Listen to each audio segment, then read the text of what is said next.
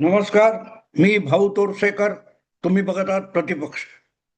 मित्रांनो, सध्या जे काय बंगालच्या निवडणूक, त्याचे निकाल आणि त्यानंतरच्या राजकारणातले घटना आहे, साद पडसाद आहेत, त्यानंतर भांबावलेले विरोधी पक्ष आणि सगळेच्या सगळे राजकीय पंडित, पॉलिटिकल पंडित, त्यांना अक्षरशः काय कळत नाहीये काय चाललंय ते. याचं कारण असं की तुमचा बेसिक चुकीचे असतील तर मग तुमचं सगळंच्या सगळं, जसं एखाद्या इमारतीचा पाया पक्का नसेल आणि त्याच्यावर तुम्ही एकावर एक मजले चढवत जाल तर एक वेळ अशी येते की त्याचा गुरुत्वामध्ये ढासळतो आणि बघता बघता पत्त्याच्या बंगल्यासारखं, पत्त्याच्या मनोऱ्यासारखं ते सगळं स्ट्रक्चर असतं, ते ढासळत जातं आणि ते होतंय. त्यामुळे चाललंय काय, बंगालमधले 20 खासदार कुठच्या तरी एनसीपीआय नावाच्या एका छोट्या पक्षात विलीन होतात आणि तो एनडीए मधला 2 नंबरचा पक्ष ठरतो वगैरे वगैरे. हे सगळं होणार होतं मित्र, हे सगळं होणार होतं. आणि मी एवढ्या छाती ठोकपणे का सांगू शकतो, तर भाऊ तोरसेकरने याची भविष्यवाणी केलेली होती. तुम्ही बारकाईने प्रतिपक्ष किंवा प्रतिवाद हे माझं मराठी किंवा हिंदी युट्यूब चॅनल बघत असाल, फॉलो करत असाल, पूर्ण ऐकत असाल, समजून घेत असाल, तर तुम्हाला यात आश्चर्य वाटणार नाही जे होताना तुम्ही बघताय. अर्थात त्यामध्ये अनेक पत्रकार मित्र आहेत, काही राजकीय विश्लेषक आहेत, त्यांच्याशी अधूनमधून माझी चर्चा होत असते. त्यांच्याशी बोलताना हे मुद्दे येत असतात. पण अनेकांना भाऊ अतरंगी आहे, काही वाटेल ते बोलतो असंही वाटत असतं आणि नंतर खरं ठरलं की त्यांना ती भविष्यवाणी वाटत नाही, ते राजकीय आकलन वाटत नाही, तो योगायोग वाटतो. त्यामुळे माझं काही नुकसान होत नाही, कारण माझ्याकडून एखादी चूक झाली, एखादं वाकीत चुकीचं ठरलं तर मी लगेच ते कबूल करून टाकतो. त्याच्यात लाज वाटण्याचं काही कारण नाही. मी काय भविष्यवेत्ता नसतो. 4 मे रोजी बंगालचे निकाल लागत असताना मला फोनवर फोन येत होते की अरे भाऊ, तुझं भविष्य खरं ठरलं, भाऊ आपका भविष्यवाणी सच हुआ वगैरे वगैरे. पण त्या दिवशी 4 मे रोजी मी मराठीत तर काही केलं नाही, पण हिंदीत एकच व्हिडिओ केला होता आणि त्याच्यात तमिळनाडू विषयी माझं भाकीत चुकलं याची कबुली दिली होती. म्हणजे बाकी ठिकाणी बंगालसाठी माझं कौतुक होत होतं, पण मी मात्र स्वतःचा व्हिडिओ करून हिंदीमध्ये आपण तमिळनाडू विषयीचं भाकीत चुकलो आणि का चुकलो त्याचा खुलासा केला होता. मी अभ्यास न करता मांडलेला अंदाज होता आणि तो चुकला, चुकणारच होता. कारण तमिळनाडूची वस्तुस्थिती माझ्यासमोर नव्हती. असो, मुद्दा इतकाच आहे की तमिळनाडू बंगालच्या निवडणुकीत मी फार गोवला गेलो होतो, गुंतलो होतो. माझे सगळे हिंदी मित्र हे अगदी बंगालमध्ये जाऊन जे काही पॉडकास्ट करत होते, लाईव्ह करत होते, त्याच्यात पण मी सहभागी होत होतो. तेवढा मी तमिळनाडू बद्दल अनभिज्ञ होतो. पण मित्रांनो, बंगालमध्ये मतदान होण्यापूर्वी बंगालमधलं मतदान 2 भागात झालं, 23 एप्रिल आणि 29 एप्रिल. आणि 9 तारीखला केरळ, आसाम वगैरे मतदान झालं होतं. आणि या 2 मतदानामध्ये आसाम, पुदुचेरी, केरळ आणि तमिळनाडू, बंगाल या 2 निवडणुकांच्या मध्ये एक मोठी राजकीय घटना घडली होती, किंबहुना ती मुद्दाम घडवली होती असंही मला वाटतं आणि मी व्यक्त केलेलं, आता सांगतो असं नाही. ती गोष्ट म्हणजे 12-13 काहीतरी एप्रिल अचानक संसदेचं एक अधिवेशन चालू होतं आणि त्या अधिवेशनामध्ये नारी वंदना, नारी शक्ती विधेयक आणलं गेलं. त्याच्याशी मतदारसंघांच्या परिसीमनाची एक प्रस्ताव जोडलेला होता आणि तो लोकसभेतच 2/3 बहुमत न मिळाल्यामुळे फेटाळला गेला. त्यानंतर भाजप आणि मोदी सरकारची यथेच्छ खिल्ली उडवली गेली. तुमच्याकडे एवढं बहुमत नव्हतं तर प्रस्ताव आणला कशाला? तुमच्याकडे 300 पेक्षा अधिक खासदार होते, एनडीएचे 2/3 पेक्षा अधिक होते 2019 नंतर, तर तेव्हा का आणलं नाही वगैरे वगैरे प्रश्न विचारले गेले. पण इथपर्यंत सुद्धा ठीक होतं. एखाद्या सरकारने एक साहस केलं, धाडस केलं आणि चूक केली तर त्याची आलोचना व्हायला पाहिजे. पण त्याच्या पलीकडे जाऊन ज्यांची ख्यातीच पक्के मोदी ग्रस्त किंवा मोदी द्वेष्टे अशा आहे, अशा बहुतेक संपादक विश्लेषकांनी मोदी युगाची आता अखेरत आली, अस्तकाळ आला, बिगिनिंग ऑफ द एंड असं इंग्रजीमध्ये म्हणतात, म्हणजे शेवटाची सुरुवात. मोदींचं राजकारण, मोदी युग संपत आलं आणि त्या संपण्याची हे लोकसभेतला हा पराभव जो आहे ही शेवटाची सुरुवात आहे, इथपर्यंत वक्तव्य केली होती. आपल्या मराठीमध्ये म्हणतात ना, उतावळा नवरा गुडघ्याला बाशिंग.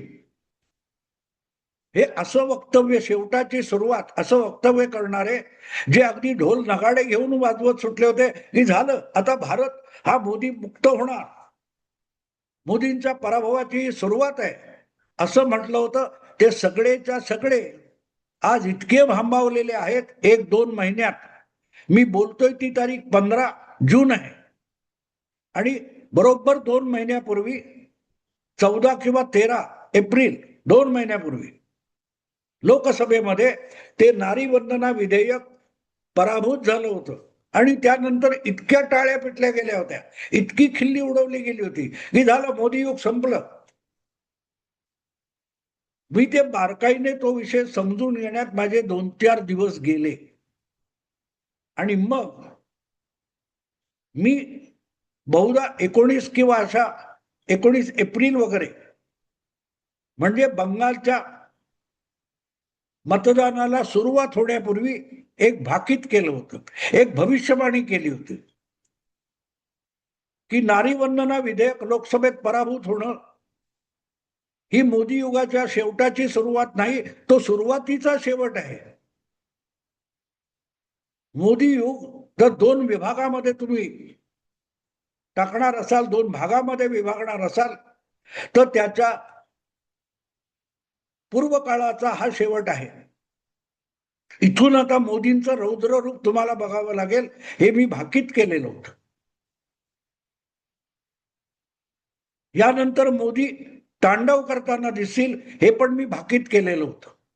20 एप्रिल 2026 माझा व्हिडिओ प्रतिपक्षवर बघू शकता तुम्ही, किंबहुना मी त्याला आता ही सुरुवात देतोय आणि पुढे तोच व्हिडिओ, माझी भविष्यवाणी मी तुम्हाला परत एकदा ऐकवणार आहे. काळजीपूर्वक ऐका. मी राजकारण समजावण्याचा प्रयत्न करतो, मी ब्रेकिंग न्यूज, खळबळजनक, गौप्यस्फोट असलं काही करत नाही. मी सामान्य श्रोत्याला राजकारण समजावं यासाठी प्रयत्नशील असतो आणि म्हणून मी काय भविष्यवाणी केली होती ती तुम्हीच ऐका. त्याची प्रचिती आता बंगालच्या विधानसभा निवडणुकीचे निकाल आल्यानंतर गेल्या महिन्यात, 1.5 महिन्यामध्ये येते आहे. ज्या प्रकारे सगळे मोदी विरोधक नाचत होते, कथक करत होते, कुच्चीपुडी करत होते, भरतनाट्यम करत होते, ते एकामागून एक कसे घसरून तोंडघशी पडलेत आणि आता तोंड कुठे लपवू अशी सगळ्यांची परिस्थिती आली. मग ते विरोधी पक्षातले असोत किंवा मोदी विरोधी पत्रकार असोत, हे होणार आहे असं मी म्हटलं. आणि माझ्या त्या व्हिडिओचं शीर्षकच होतं, ही शेवटाची सुरुवात नाही, हा सुरुवातीचा शेवट आहे. आणि यानंतर मोदींचं रौद्र रूप तुम्हाला बघावं लागेल. बंगालच्या निकालानंतर ज्या प्रकारचं राजकीय तांडव नरेंद्र मोदी आणि त्यांचे सहकारी भारतीय राजकारणात आणणार आहेत, त्यानंतर सगळ्या विरोधकांना सळो की पळो करून सोडतील आणि त्याची प्रचिती आता तृणमूल काँग्रेसची जी धुळधाण झालेली आहे त्यातून मिळते. पण विषय तृणमूल काँग्रेसच्या फाटाफुटीपुरता मर्यादित नाहीये.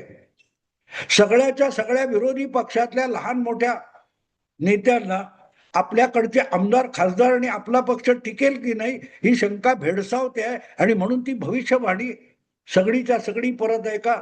मी इथे थांबतो, भविष्यवाणी पुढे ऐका. नमस्कार. नमस्कार. मी भाऊ तोरसेकर. तुम्ही बघत आहात प्रतिपक्ष.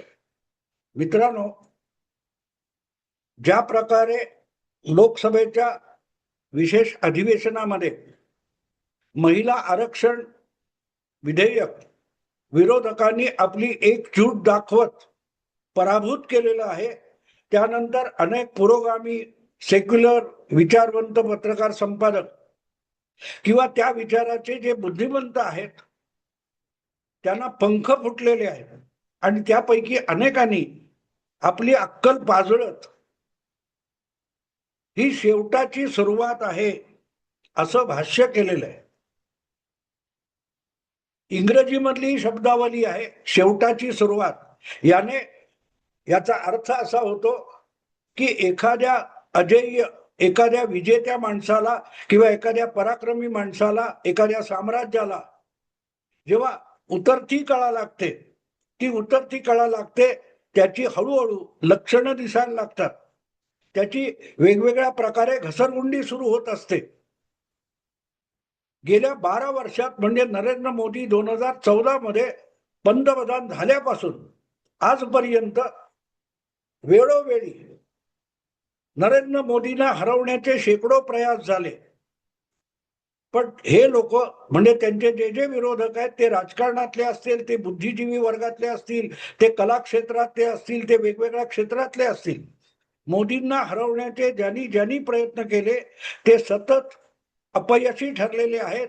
आणि कितीही प्रतिकूल परिस्थिती असो त्या परिस्थितीवर मात करत नरेंद्र मोदी आणि त्यांच्या नेतृत्वाखाली घोडदौड करणारा भारतीय जनता पक्ष सातत्याने विजयी होत राहिलेला आहे. आणि हे मी छातीठोकपणे परत परत का सांगत असतो, 2014 असो, 2019 असो किंवा 2024 असो, प्रत्येक वेळेला लोकसभेच्या निवडणुका आल्या तेव्हा भाऊ तोरसेकरने त्या निवडणुकांचं विश्लेषण करणारं आणि निकालांचं भाष्य भाकीत करणारं, भविष्य करणारं पुस्तक लिहिलेलं होतं. 14 आणि 19 या दोन्ही वेळेला माझा अंदाज 100% बरोबर ठरला.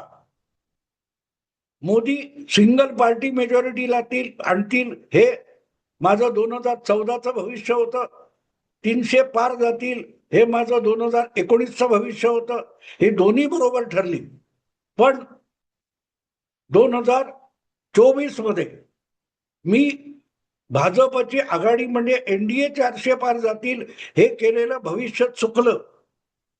पण त्यासाठी सुद्धा मी पुस्तक लिहिलेलं होतं आणि माझा आकड्याचा अंदाज चुकला हे मी तेव्हाच व्हिडिओ बनवून तो चुकलेला अंदाज स्वीकारलेला आहे. पण त्यावेळेला सुद्धा म्हणजे 2024च्या लोकसभा निवडणुकीचे निकाल लागल्यानंतर त्या निकालावर भाष्य करताना, माझी चूक स्वीकारताना, आकड्यांची चूक स्वीकारताना मी एक गोष्ट परत परत साफ आणि स्पष्टपणे सांगितली होती की माझा निवडणूक निकालाचा आकडा चुकला असेल पण मी त्यासाठी मांडलेला सिद्धांत, ज्या सिद्धांताच्या आधारावर मी निवडणुकीचं भाष्य केलेलं होतं, भविष्य केलेलं होतं, तो सिद्धांत चुकलेला नाही. माझ्या त्या 2024च्या पुस्तकाचं नाव होतं अश्वमेध 2024.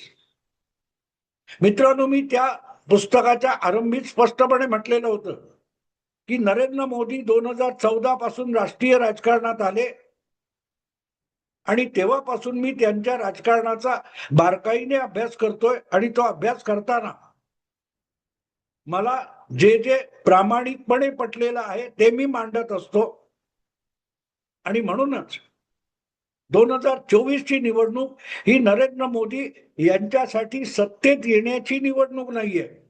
नरेंद्र मोदींना परत एकदा स्वपक्षीय किंवा आपल्या आघाडी गठबंधनाच्या बहुमताने पंतप्रधान व्हायचंय का, तर त्यासाठीची ही निवडणूक म्हणजे लढाई मोदी लढत नाहीये.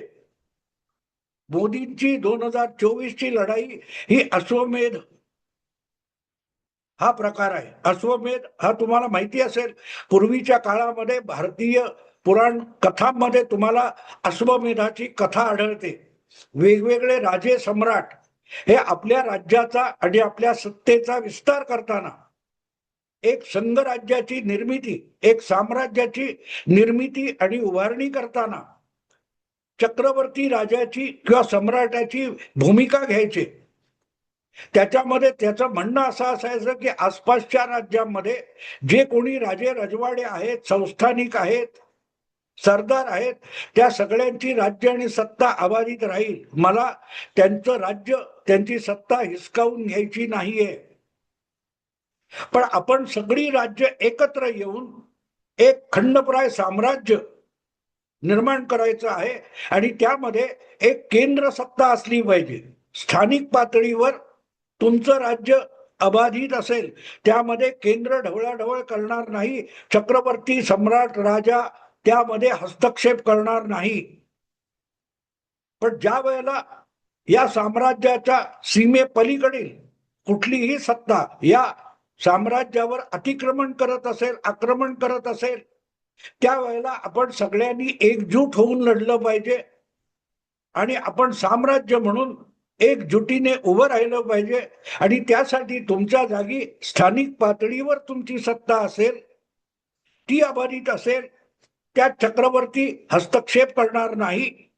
पण तुमच्यापैकी कोणीही आपल्या राज्याच्या सीमेच्या पलीकडे जाऊन केंद्रीय सत्तेला, साम्राज्याच्या केंद्रीभूत सत्तेला आव्हान देता कामा नये, एवढीच त्या चक्रवर्ती राजाची अपेक्षा असायची. आणि त्याला मान्यता देण्यासाठीच तो सम्राट होऊ घातलेला, चक्रवर्ती व्हायला निघालेला राजा हा अश्वमेध यज्ञ करायचा.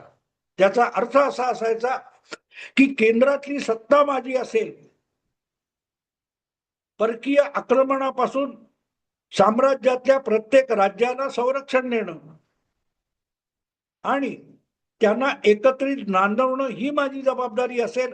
पण स्थानिक राज्य आणि अधिकार आणि राजसत्ता तुमची असेल, अशी सत्तेची विभागणी स्वीकारायला प्रत्येक राजाला भाग पाडायचं, यासाठी अश्वमेध यज्ञ होत असे. आणि अश्वमेध यज्ञाची कहाणी अशी असे की जो चक्रवर्ती राजा असेल, जो स्वतःला चक्रवर्ती म्हणून घोषित करू इच्छितो, तो आपला अश्वमेधाचा घोडा हा सोडून द्यायचा आणि तो घोडा ज्या ज्या प्रदेशातून, ज्या ज्या भूमीवरून जाईल, ज्या ज्या राज्यातून जाईल, ते राज्य हे आपोआपच त्या साम्राज्याचा हिस्सा असेल.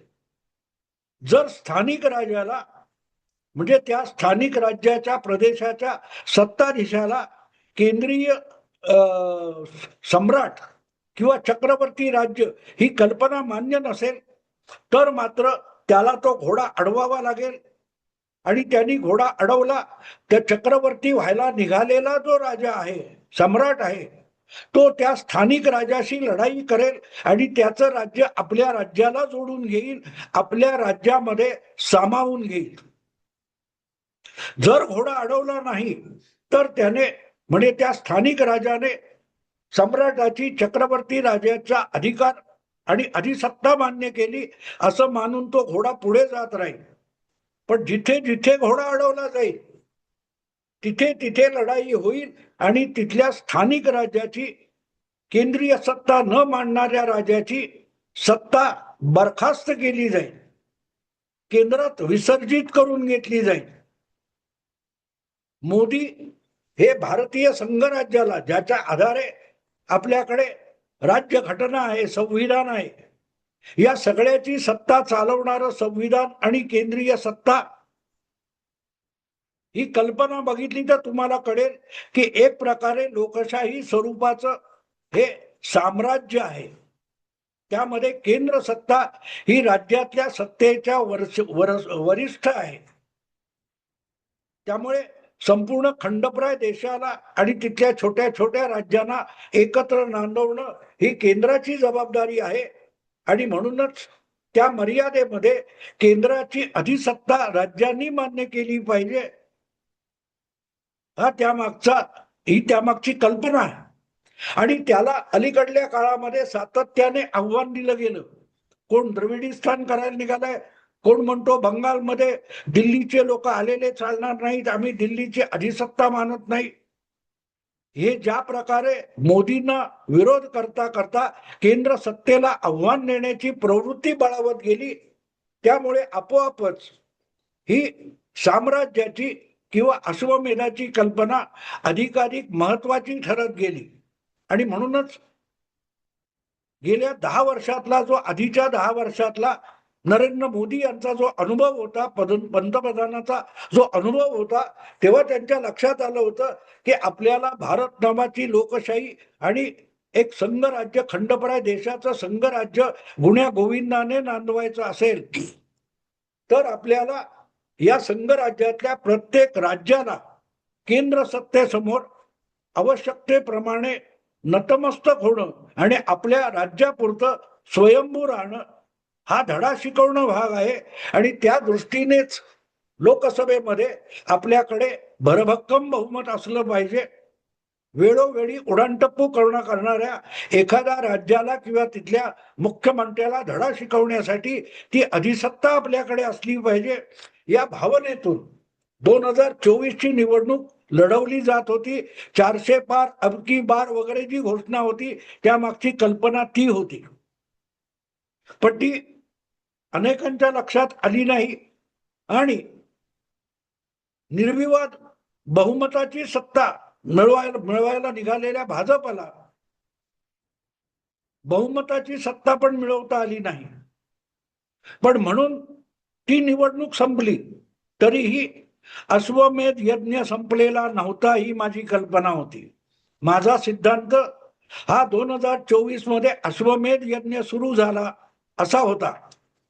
आणि त्यातल्या पहिल्या लढतीमध्ये किंवा लोकसभेच्या लढतीमध्ये अनेक राज्यात प्रामुख्याने उत्तर प्रदेश, महाराष्ट्र, हरियाणा, राजस्थान, बंगाल अशा राज्यामध्ये भाजप पिछाडीवर पडला. थोडक्यात या राज्यांनी जर भाजपला किंवा भाजपच्या केंद्रीय सत्तेला आणि म्हणूनच अल्टिमेटली भारताच्या संविधानाला आणि केंद्रीय सत्तेला किंवा संवैधानिक व्यवस्थेला आव्हान दिलं असेल तर त्यांना वठणीवर आणणं ही केंद्र सत्तेची जबाबदारी आहे. आणि म्हणूनच अश्वमेधाच्या कल्पनेनुसार या राज्यांना यापुढे धडा शिकवला जाईल. जिथे जिथे घोडा अडवला गेला तिथे तिथे ती राज्य केंद्राला म्हणजे पर्यायाने केंद्रात सत्ता राबवणाऱ्या भारतीय जनता पक्षाला आपल्या पंखाखाली आणावीच लागतील.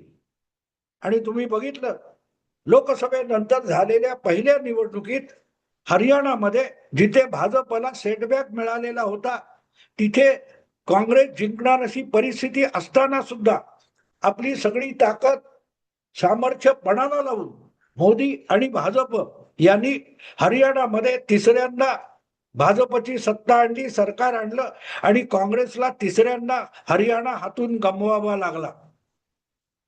ज्या महाराष्ट्रामध्ये देशातल्या 2 नंबरच्या लोकसभेच्या जागा निवडून जातात तिथे विरोधी पक्षांचा भाजपने आणि भाजप प्रणीत एनडीएने सुपडा साफ करून टाकला. त्यानंतर बिहारची परिस्थिती, दिल्ली आपण बघितलं. आता बंगालची लढाई चालू आहे. बंगालमध्ये ममता तर उठता बसता सुप्रीम कोर्टाला पण चॅलेंज देते. त्यामुळे बंगालमधून ममताचं वर्चस्व म्हणजे केंद्र सत्तेला आव्हान देणारं, केंद्र सत्ता न जुमानणारं वर्चस्व नामशेष करणं भाग आहे. आणि म्हणून अश्वमेधाचा घोडा गेल्या निवडणुकीत सुद्धा तिथे अडवला गेला. भाजप मला वाटते 18 खासदार होते आधीच्या 19च्या निवडणुकीत, ते 12 पर्यंत खाली आले. ममता अधिक शिरजोर झाली. आणि म्हणून अश्वमेधाची पुढची लढाई बंगाल बरखास्त करण्याची आहे.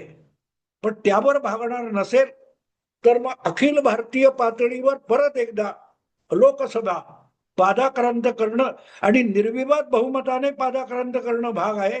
आणि त्या दृष्टीने मला वाटतं की हालचाली सुरू झाल्या आणि त्यामध्ये महिला आरक्षण, लोकसभा विधानसभेसाठी महिला आरक्षण आणि लोकसभेच्या मतदारसंघांचं परिसीमन या दोन गोष्टी एकत्र करण्याचं जे विधेयक होतं ते अडवलं गेलं, हे अधिक चांगलं झालं. मोदींच्या रणनीतीमध्ये माझ्या मते ही गोष्ट आवश्यक होती. त्यामुळे उद्या या विधानसभांच्या निवडणुका झाल्यानंतर 4 मेला जे निकाल लागतील त्यानंतर खरी पटकथा उलगडायला लागेल. ती पटकथा खरी असेल. आणि माझा जो अश्वमेधाचा सिद्धांत आहे, अश्वमेध 2024, त्यातला महत्वाचा अंक 4 मे नंतर सुरू होईल आणि त्याची सांगता कदाचित 2027 मध्ये उत्तर प्रदेश वगैरे ज्या 5-6 विधानसभांच्या निवडणुका आहेत तोपर्यंत अश्वमेध यज्ञाचा पुढला अंक उलगडला जाईल. त्यामध्ये लोकसभेच्या मध्यावधी निवडणुका सुद्धा होऊ शकतात.